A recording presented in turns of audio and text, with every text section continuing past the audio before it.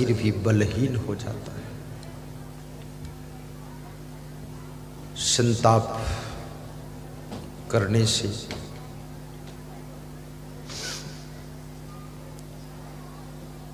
मनुष्य के शरीर में नाना रोग पैदा होते हैं। याद रखना,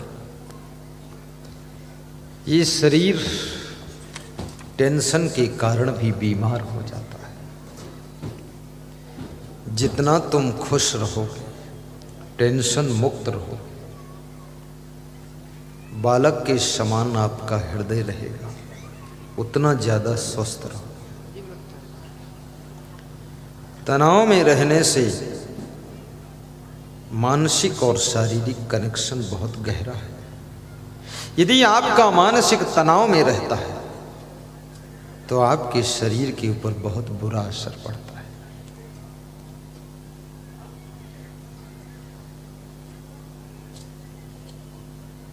टेंशन मनुष्य को धीरे धीरे अंदर से खोखला कर देती है। नेपाल में लकड़ी के मकान बनते थे। लकड़ी के भवन में एक कीड़ा लगता है, दीमक, अंदर अंदर खाता है। बाहर से देखने में लगता है भवन बहुत सुंदर है, लेकिन अंदर से खोखला हो चुका है। लकड़ी का भवन गिर जाने की, ढह जाने की संभावना। ऐसे बाहर से शरीर आपका लगता है ठीक है, लेकिन अंदर से खोखला हो गया, क्योंकि टेंशन का दीमक, तनाव का दीमक अंदर अंदर इस शरीर को खोखला कर चुका है। अब ये शरीर रूपी महल ढह जाने की संभावना है। इसलिए चिंता से बचो। और चिंता से वही बच सकते हैं कौन? समुद्र में एक टापू था, छोटी सी कथा, कोई बातचीत ना करे, आवाज ना करे, चुपचाप पर्चे चुपचाप बांटो। टापू पर एक किसान खेती करता था। वहां हवाएं बहुत चलती थी, फसलें सब गिर जाती थी, झोपड़ी उड़ जाती थी। तो ज्यादा हवाओं के चलने से वहां कोई नौकर मजदूर नहीं मिलता था। किसान बहुत परेशान था कि कोई ऐसा मजदूर मिले जो यहाँ की जिम्मेदारी ले सके। तो एक मजदूर मिला। उस किसान ने कहा कि समस्या ये है। उसने कहा ठीक है, जब हवाएं जोर से चलेगी तो मैं सोऊंगा, मुझे डिस्टर्ब मत करना। तूफान आएगा तब मैं सोऊंगा, बोलना मत कुछ। जब कोई मजदूर नहीं मिलता था तो किसान ने सोचा इसी को रख लो, कुछ तो करेगा। 1 महीने के बाद जोर से पानी बरसने लगा, तूफान आ गया, हवाएं चलने लगी। किसान भागता हुआ गया उस मजदूर की झोपड़ी में कि उठो, जागो, जोर से तूफान आने वाला है, हवाएं चल रही है, नुकसान हो जाएगा, गाय भैंस भी संभालना है।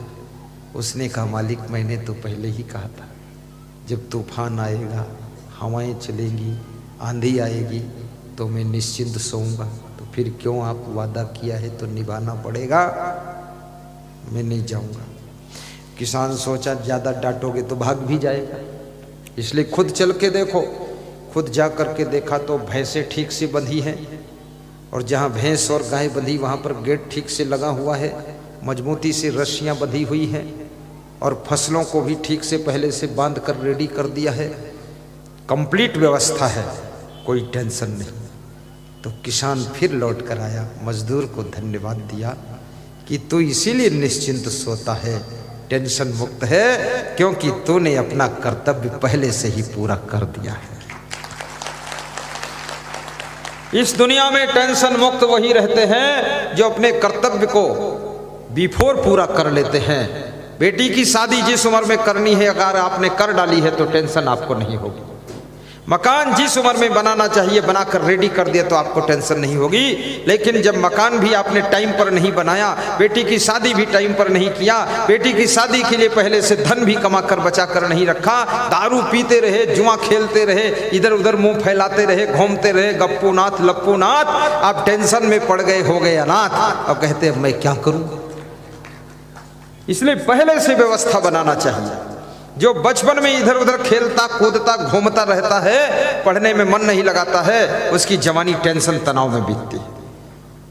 अगर जवानी को टेंशन मुक्त जीना है तो आप बचपन में योग्यता प्राप्त कीजिए, योग्य बन जाइए और योग्यता का प्रयोग आप जवानी में कीजिए। फिर आपको जवानी में टेंशन किस बात की रहेगी। और जवानी में जो काम करना चाहिए उसको जवानी में कर डालिए। जवानी में धन कमाइए, मकान बनाइए, बेटी बेटों की विवाह कर दीजिए, सब सिस्टम फिट कर दीजिए, बैंक बैलेंस कंप्लीट कर दिए, जिसको लेना देना वो भी कर लीजिए। कर्जा लाद के बुढ़ापे में मत बैठिए कि 10 करोड़ कर्जा है, अब तो नींद उड़ जाएगी आपकी। शरीर में दम नहीं हो, कर्जा इतना लेकर बैठे हो 80 साल की उम्र में। दिवसेन तत्कुर्यातेन रात्रौ सुखम वसेत्, अष्टमासेन तत्कुर्यातेन वर्षा सुखम वसेत्, पूर्वे वयस तत्कुर्यातेन